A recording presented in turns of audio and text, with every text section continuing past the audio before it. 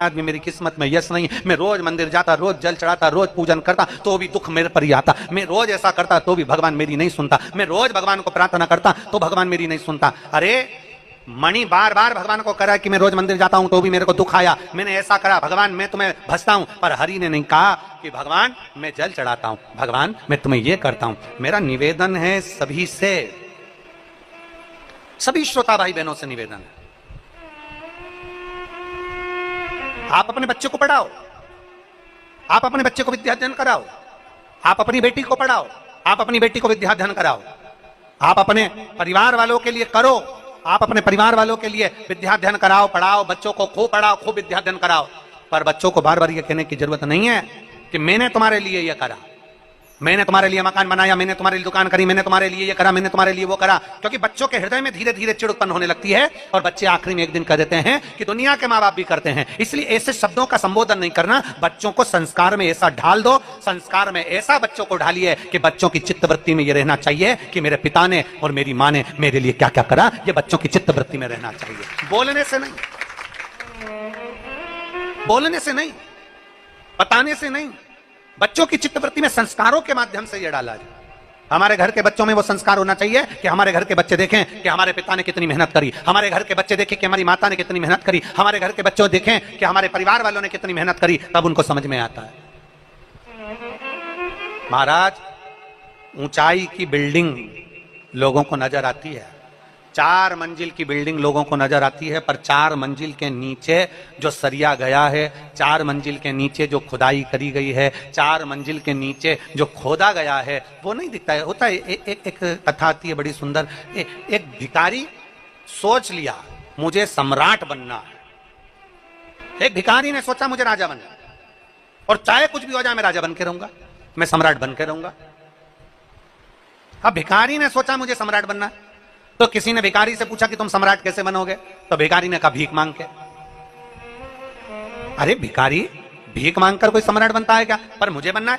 भिखारी ने चौराहे के पास में अपनी चादर बिछाई फटी हुई और बैठ गया भीख मांगने के लिए। भीख मांगता रहा, मांगता रहा, मांगता रहा, मांगता रहा, 10 साल, 15 साल, 20 साल, 25 साल, 30 साल, 40 साल भीख मांगता रहा, मांगता रहा, मांगता रहा, मांगता रहा। और एक दिन भीख मांगते मांगते मांगते मांगते मांगते मांगते उसकी अंतिम क्षण आ गया और भिखारी सीता राम हो गया। उसका सम्राट बनने की आशा, उसका राजा बनने की आशा उसके साथ ही मर गई, उसी के साथ समाप्त हो गई। भिखारी मर गया, भिखारी समाप्त हो गया। अब गांव के लोगों ने देखा, नगर के लोगों ने देखा कि भिखारी मर गया। भिखारी का कपड़ा फेंक दिया, भिखारी की चादर फेंक दी, भिखारी का सामान फेंक दिया। अब जिस जगह पर भिखारी सोता था, जिस जगह पर भिखारी पड़ा रहता था चौराहे पर, वो भिखारी ने उस जगह को इतना गंदा करके रखा था, इतना गंदा करके रखा था कि उसमें बदबू आ रही थी। अब बदबू आ रही थी तो उन्होंने तुरंत खुदाई वाले को बुलवाया और खुदाई करने के लिए कहा कि ये जमीन का ये टुकड़ा भिखारी बैठता था, इसमें बदबू आ रही, गंदगी हो रही है, इसने इतनी गंदगी कर दी, इसको उखाड़ दो, इसको फेंक दो, उखाड़ फेंको इसको।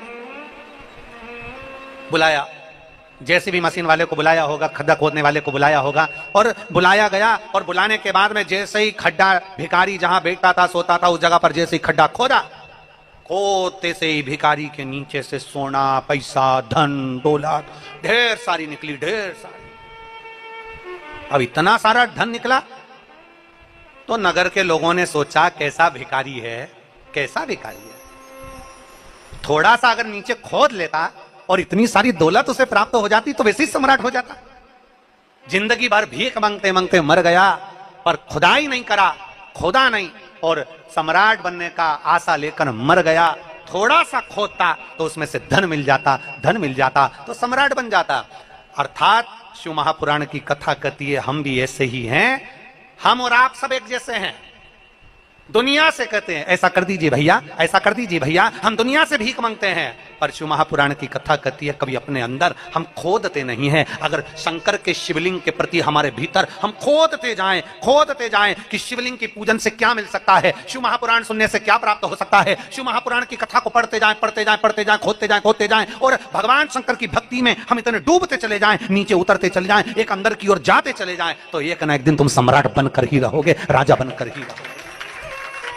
अंदर नहीं खोद रहे, हम केवल बाहर से सब कुछ कर रहे हैं। हमारा ये काम बिगड़ गया, हमारा ये काम अच्छा हो गया, हमें ये मिल जाता, हमें वो मिल जाता। हम केवल एक आस लेकर जी रहे, पर हम भीतर नहीं झांक रहे, भीतर नहीं जा रहे। थोड़ा सा खोदिए अपने भीतर, थोड़ा सा खोदिए अपने अंदर, थोड़ा सा जाइए शिव महापुराण के भीतर, थोड़ा सा प्रवेश करिए शंकर की कथा के भीतर, थोड़ा सा प्रवेश करिए शिवालय के भीतर, थोड़ा सा प्रवेश करिए भगवान शंकर के अनुमोदन के भीतर, मिलेगा जरूर। पैसा कमाया बहुत आना, 4 करोड़ कमाने वाला भी आखिरी में 4 कंधे पर ही जाता है। 4 करोड़ कमाने वाला 4 बांस 40 कंडे और 4 कंधे पर निकल जाता है, और 4 करोड़ रुपया उसका पड़ा की पड़ा रह जाता है। जब करोड़पति भी बीमार पड़ता है, हॉस्पिटल में पड़ा रहता है, करोड़पति भी जब हॉस्पिटल में आईसीयू में पड़ा रहता है, करोड़पति भी जब वेंटिलेटर पर पड़ा रहता है, धन उसका, पैसा उसका, करोड़ों की जायदाद उसकी, सारी वस्तु उसकी, पर बीमारी में उसका धन कितना उस पर खर्च करना है ये निर्णय भी दूसरा करता है। करोड़ों कमाने वाले का निर्णय भी उसके ऊपर, इसको वेंटिलेटर पे कितने दिन रखना है, वेंटिलेटर पे कब तक पटक रखना है, आईसीयू में कितने दिन रखना है, अच्छा कमरा लेना है कि नहीं लेना, ये निर्णय दूसरा लेता है। करोड़ों का धन तुम्हारा, पैसा तुम्हारा, वैभव तुम्हारा, सत्ता तुम्हारी, सब कुछ तुम्हारा, कमा कमा कर जोड़ कर रखा तुमने, पर आखिरी में तुम्हारे पैसे का निर्णय भी दूसरे लेते हैं। देखो बहुत दिन हो गए वेंटिलेटर पे पड़े हुए, अब हटा देना चाहिए, पैसे पे पैसा लग रहा है। करोड़ों उसके थे, धन उसका था, पैसा उसका था, पर तुम्हारे पैसे का निर्णय दूसरा ले रहा है। देखो अगर ज्यादा अच्छा रूम लेंगे तो इतना खर्चा हो जाएगा, रोज का डॉक्टर आएगा, रोज की दवाई लगेगी, रोज का ऐसा लगेगा, रोज वैसा लगेगा, इतना खर्चा हो जाएगा। पैसा तुम्हारा, धन तुम्हारा, वैभव तुम्हारा, सत्ता तुम्हारी, करोड़ों का धन तुम्हारा, और निर्णय कोई दूसरा ले रहा है। इसलिए शास्त्र कहता है, शिव महापुराण की कथा कहती है, नांदेड़ वालों जैसे हमारे दोनों यजमानों ने ऐसा फल प्राप्त करा कि नांदेड़ की भूमि पर शिव महापुराण की कथा करें।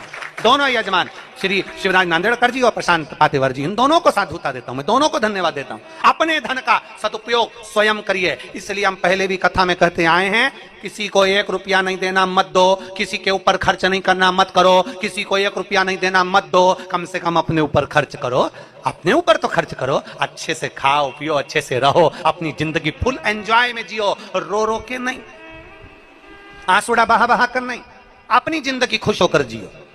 थोड़ा सा दुख आया है कट जाएगा, थोड़ा सा तकलीफ आई कट जाएगा, पर अपने जीवन को अच्छे से जियो। 4 करोड़ कमाने वाले का भी 4 बांस, क्या बोलते हैं महाराष्ट्र में बांस को, बांबू, 4 बांस 4 बांबू, 40 कंडा, कंडा मतलब गोबरी, अंतिम संस्कार में कितनी लगती, 40 कंडे से ज्यादा नहीं, 4 बांस 40 कंडा और 4 कंधा, इससे ज्यादा जिंदगी नहीं मनुष्य की। और आखिरी में तुम्हारे धन का विचार भी दूसरे करेंगे। कोई आएगा, कोई कह देगा कौन बीमार पड़ा है तो के, वो बीमार पड़ा है तो के, एक काम करो कि अब देखो बहुत दिन हो गए पड़े पड़े वेंटिलेटर पे, इतना पैसा लग रहा है फालतू का, एक काम करो कि अब इनको वेंटिलेटर से हटा दो, डॉक्टर साहब हटा दो। निर्णय, हाँ डॉक्टर कह रहा है 2 दिन और रख के देखो, हो सकता है इसमें सांस आ जाए, 2 दिन और रखो, इसमें सांस आ सकती है, पर नहीं अब हमारी कैपेसिटी नहीं है, इतना पैसा चले जाएगा, अब थोड़ा अगर ये तो चले जाएगा, जाने वाला चले जाएगा, कम से कम पैसा तो रह जाए, पैसे को जोड़ जोड़ के रहने दो। तुम्हारा धन और निर्णय कोई दूसरा ले रहा है, तुम्हारा धन और निर्णय कोई दूसरा ले रहा है। इसलिए शिव पुराण कहती है, अपना निर्णय अपने को लेना, अपना निर्णय अपने को लेना, स्वयं का निर्णय होना चाहिए, स्वयं का। लगे बस्ती में अपन रहो, मस्ती में क्या किसको रोइए, चादर तान के सोइए, अलमस्त हो और देख लो कितना जोरदार आनंद है जो देखा जाएगा। बैठे अपनी मस्ती में, भगवान की कथा, भजन, कीर्तन, परमिशन मिले तुम्हारे पास रखो, परमिशन भोलेनाथ ने घर में दे दी, ले भक्ति, भजन, चित्त, स्मरण अपने भीतर, अपने भीतर, और स्वयं का निर्णय, श्रेष्ठ कम निर्णय, स्वयं का निर्णय करें, स्वयं। शंभु शिव कथा, हरि के पांव में कांटा चुभा है, मणि के पांव में पूरे शरीर में कांटा चुभा है। मणि बार बार शिव जी से कह रहा है, मैं तुम्हारे मंदिर आता था, मैं तुम्हारे मंदिर में पोछा लगाता, झाड़ू लगाता, तुम्हें जल चढ़ाता, तुम्हें भोग लगाता, तुम्हें बेलपत्र चढ़ाता, तुम्हें धतूरा चढ़ाता, तुम्हें ऐसा करता, बार बार मणि कह रहा है। पर हरि एक बार भी नहीं कहा कि बाबा मैं तुम्हारे लिए कुछ करा। हरि तो कह रहा है, बाबा मेरे पांव में कांटा चुभा है।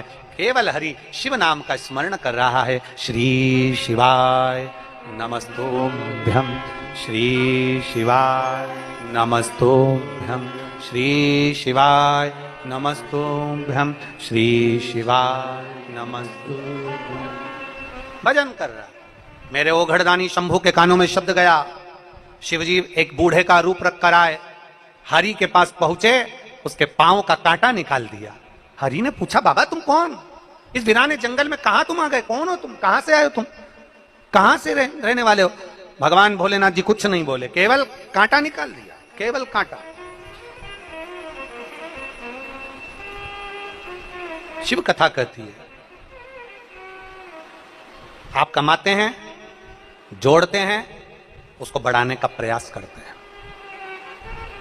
एक दुकान में से थोड़ा सा कमाया तो उसको बढ़ाने का प्रयास करा, छोटी सी दुकान को बड़ा बनाने का प्रयास करा। एक गाड़ी है तो 2 गाड़ी बनाने का प्रयास करा, एक पेट्रोल पंप है तो 2 पेट्रोल पंप करने का प्रयास किया, एक बंगला है तो 2 बंगला बनाने का प्रयास किया, थोड़ी सी प्रॉपर्टी है तो उसको बड़ा बनाने का प्रयास किया, 1 एकड़ जमीन, 1 बीघा जमीन है तो 4 बीघा बनाने का, 5 बीघा बनाने का, 5 एकड़ बनाने का प्रयास किया। धन को, थोड़े से धन को बड़ा बनाने का प्रयास में हर व्यक्ति लगा हुआ है। कैसे ना कैसे मुझे धन बढ़ाना है, प्रॉपर्टी बढ़ाना है, सत्ता बढ़ाना है, वैभव बढ़ाना है, अपना मान, अपना आनंद सब बढ़ाना है। बढ़ाने में तुम लगे हुए हो, धन को बढ़ाने में लगे हो, घर को बढ़ाने में लगे हो, गाड़ियों को बढ़ाने में लगे हो, प्रॉपर्टी को बढ़ाने में लगे हो। केवल एक चीज ऐसी है जो बढ़ाने की जगह दुनिया के लोग घटा रहे हैं। वो क्या? भगवान की पूजा, भगवान की भक्ति, भगवान का भजन, भगवान का स्मरण, भगवान का मंदिर, ये लोग घटा दिए। पहले के समय में लोग मंदिर में समय ज्यादा देते थे, अब कम समय देते। पहले के समय में लोग भगवान को श्रृंगार ज्यादा करते थे, अब कम करते। पहले के समय में लोग भजन ज्यादा करते थे, अब कम करते हैं। पहले के समय में लोग कीर्तन ज्यादा करते थे, अब कम करते हैं। भजन कम हो गया, भक्ति कम हो गई, श्रद्धा अर्थात थोड़ी सी मात्रा में उसको कम कर दिया गया। और शिव पुराण की कथा कहती है, तुम्हारे माता पिता ने जो पुण्य करा था, उस पुण्य, उस भजन का फल यह है कि आज तुम्हारी 4 मंजिल बिल्डिंग है, प्रॉपर्टी ज्यादा है, गाड़ी ज्यादा है, बंगला ज्यादा है। तुम्हें क्या करना है? शिव महापुराण की कथा कहती है, आपको एक काम करना है कि अपने भजन के बल को बढ़ाना, अपनी भक्ति के बल को बढ़ाना, अपने स्मरण को बढ़ाना। थोड़ा सा भजन का बल बढ़ाइए, थोड़ा भक्ति का बल बढ़ाइए। शिव जी के मंदिर में जाओ, कभी ये मत कहिए कि मैं बाबा तुम्हारा भजन करता हूं। हरि ने एक बार भी नहीं कहा, हरि का भजन का बल बढ़ा हुआ था, इसलिए हरि भक्ति के बल पर आश्रित होकर चलता रहा। हम फिर कहेंगे, पहले लोग कहते थे तेरा क्या होगा कालिया, हम भी आज कहते हैं सावधान रहना, तेरा क्या होगा कालिया। थोड़ा सतर्क रहिए, थोड़ा सावधान रहिए। और मत बुरे कर्म कर बंदे, वरना पछताएगा, भगवान की आंखों से तू बच नहीं पाएगा, तू बच नहीं पाएगा। जिस नांदेड़ के कार्यक्रम के लिए नांदेड़ का बच्चा बच्चा, एक एक बूढ़ा, एक एक व्यक्ति, एक एक महिला, एक एक पुरुष जागृत होकर आधी रात को पानी भराया ग्राउंड में, तो एक एक समिति, एक एक बच्चा बच्चा, एक एक, ये नहीं देखा कि कौन धर्म का कौन कर्म का, सारा व्यक्ति उस ग्राउंड में पहुंच गया और जाकर उसने एक एक व्यक्ति को आगे बढ़ाकर अपने अपने घरों में, अपने अपने भवन में, अपनी अपनी जगह में ठहराया। अब अपना फर्ज बनता है कि अपने गांव में, नगर में कोई कार्य हो तो उसको उन्नति की ओर आगे बढ़ाया जाए, उसको तरक्की की ओर लेकर जाया जाए, जिससे सनातन धर्म मजबूत होता चलेगा। सनातन धर्म मजबूत, उसको मजबूत बनाना हमारा कार्य, उसको श्रेष्ठ बनाना हमारा कार्य। वो तो शिव भक्त हैं। भगवान शंकर के भक्त बड़े सहज, बड़े सरल, बड़े भोले होते हैं, बड़े भोले। शिव भक्त बड़ा सरल, शंभु का भक्त बड़ा सरल। शिव कथा कर रही है, अरे मणि ने पकड़ लिया चरण हरि का, हरि का चरण पकड़ा। हरि ने कहा, देख रे मणि, मेरे चरण मत पकड़, मेरे चरण मत पकड़, तुझसे गलती हुई है, तुझसे गलती हुई है, और उसका भोग तुझे भोगना है, इसलिए तूने भोगा। ये ना सोचे कि हम शंकर की आराधना में लगे हैं। शिव की आराधना केवल दिल से होती है, शंकर की आराधना केवल भक्ति मन से होती है, चित्तवृत्ति से होती है, हृदय से होती है। शिव भक्ति हृदय से, शिव भक्ति में दिखावा नहीं होता, बड़ा मन। एक पत्र है, देखिए,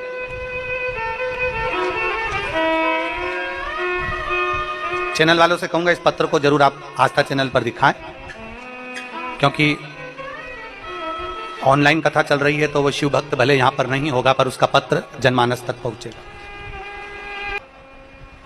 मठपति है, मेरा नाम संगमनेश्वर त्र्यंबक कप्पा मठपति है। मैं लातूर जिले में अहमदपुर तालुका के चोबली गांव का रहने वाला हूं, और मेरा मोबाइल नंबर ये है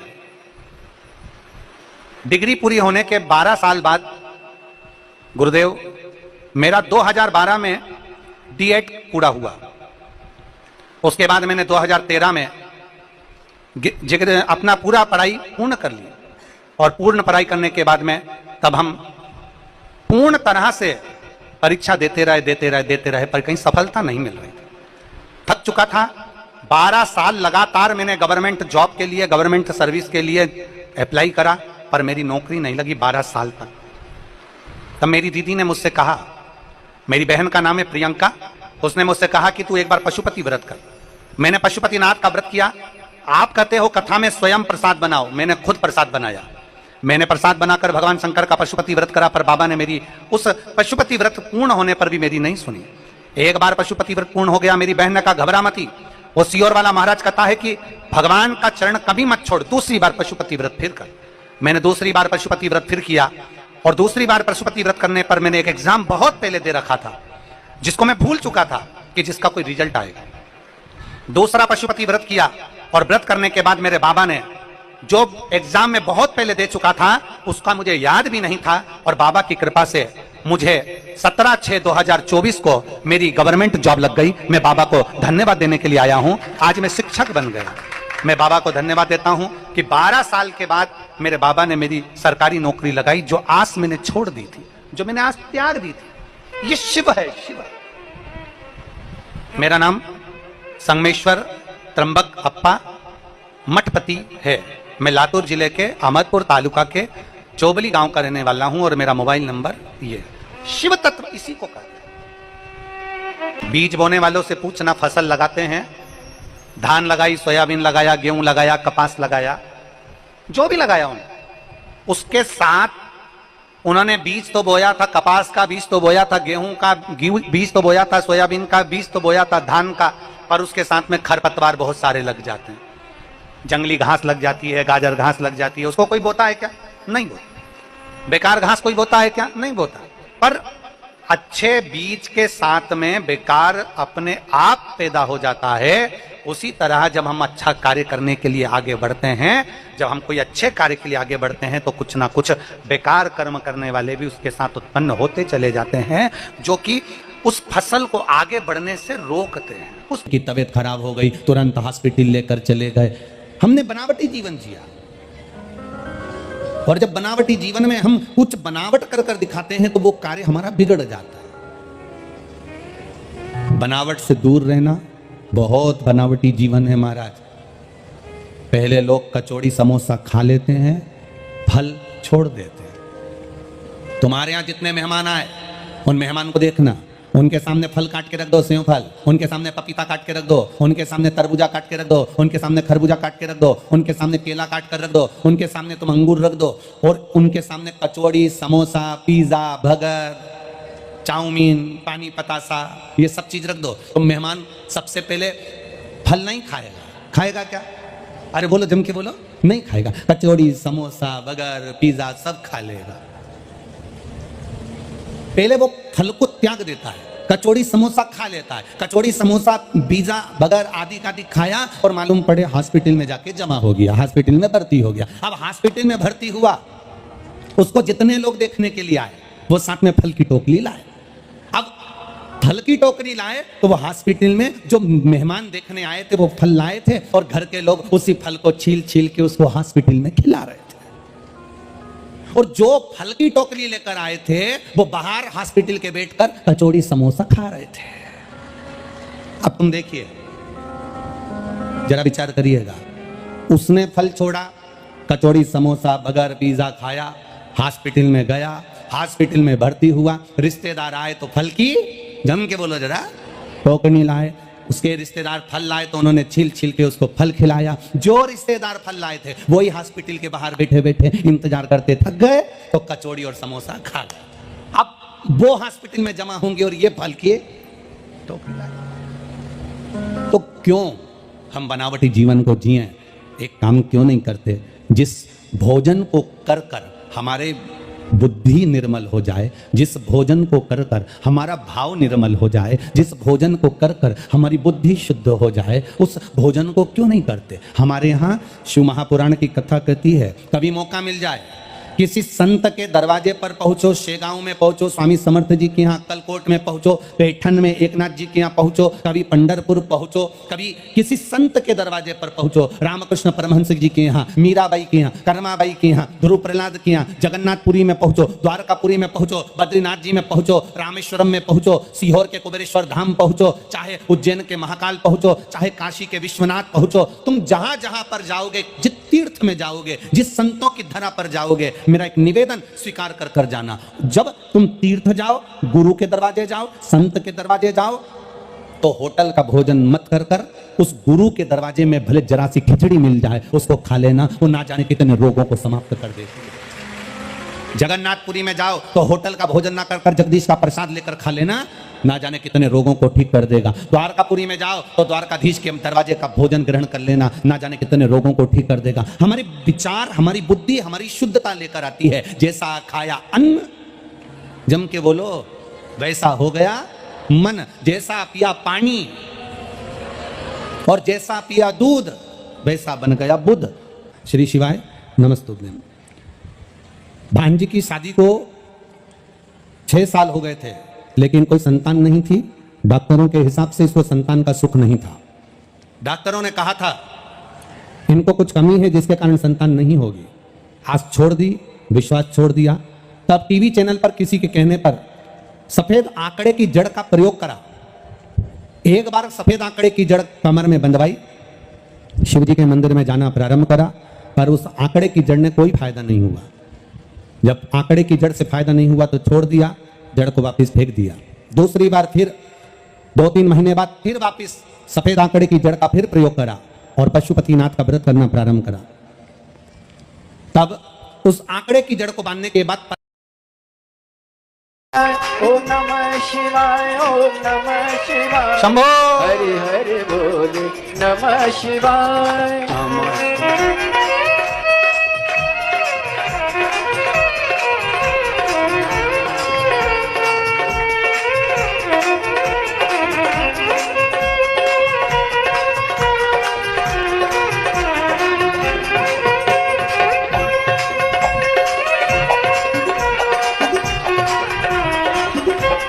हर हर महादेव।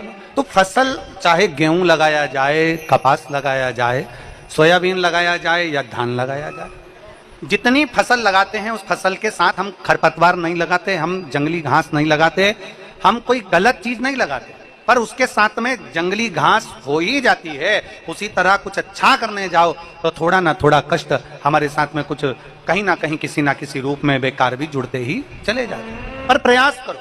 हमें फसल से मतलब है, हमें गेहूं से मतलब है, हमें सोयाबीन से मतलब है, हमें कपास से मतलब है, उसी तरह हमें धान से मतलब है। तो हमें हमारी कपास से मतलब होना चाहिए, हमें हमारे शिव से मतलब होना चाहिए, हमें भगवान की ओगड़ भक्ति से मतलब होना चाहिए। जैसे माता पार्वती, जैसे मां पार्वती, पार्वती माता बाल्यावस्था से माता पार्वती जी को कह दिया गया, बाल्यावस्था से माता पार्वती के सम्मुख में आ गया कि शिव की आराधना मूल है। देवऋषि नारद के मुख से श्रवण कर लिया माता पार्वती, और माता पार्वती की चित्तवृत्ति में बैठ गया कि शिव बिना कुछ भी नहीं।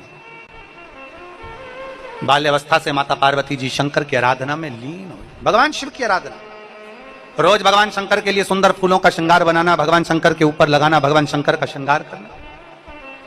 हमारे सनातन धर्म में एक तीज होती है जिसको कहते हैं हरतालिका तीज।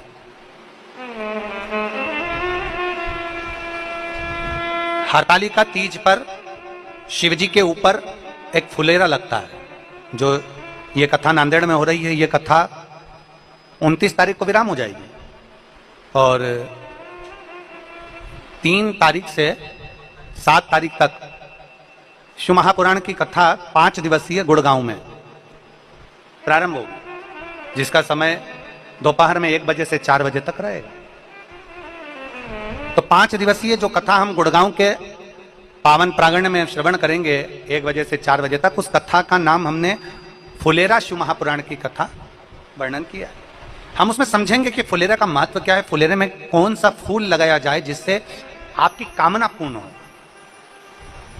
उसको हम जाने। वो 5 दिवसीय जो हरियाणा वासियों को कथा मिली है, 5 दिन की शिव महापुराण कथा, फुलेरा शिव महापुराण कथा मिली है, उसको अपने जीवन में उतारो एक बार। हरतालिका तीज का समय रहेगा, उसमें श्रवण करो। तो माता पार्वती जी ने जैसे भगवान शंकर की अविरल भक्ति धारण करी है, माता पार्वती जी ने भगवान शिव की अविरल भक्ति को धारण करा। बाल अवस्था से माता पार्वती जी शंकर जी का गुणगान करती रही, शिव जी स्मरण करती रही, रोज फूल का श्रृंगार करना, रोज बेलपत्र समर्पित करना। पार्वती जी की परीक्षा भी देवताओं ने हर पल हर घड़ी ली है। ऐसा कोई पल नहीं गया, ऐसा कोई घड़ी नहीं गई जिस समय परीक्षा पार्वती जी की नहीं हुई। प्रत्येक पल प्रत्येक घड़ी में परीक्षा। और फिर निवेदन करेंगे, परीक्षा शिव लेता है, प्रतीक्षा आपको करना है मेरा ओघड़ दानी। प्रतीक्षा करने वाले को एक ना एक दिन भंडार भर ही देता है। माता पार्वती श्रद्धा है। शंकर को पाने के लिए सबसे मूल है हमारा भरोसा, हमारा विश्वास। हरि शिव पर भरोसा करता था, मणि शंकर पर मंदिर जाता है, लोगों को दिखाने के लिए जाएगा, सर्वस्व करेगा, पर शिव के प्रति विश्वास जागृत नहीं हो पाया, शंकर के प्रति भरोसा जागृत नहीं हो पाया। दृढ़ होना चाहिए।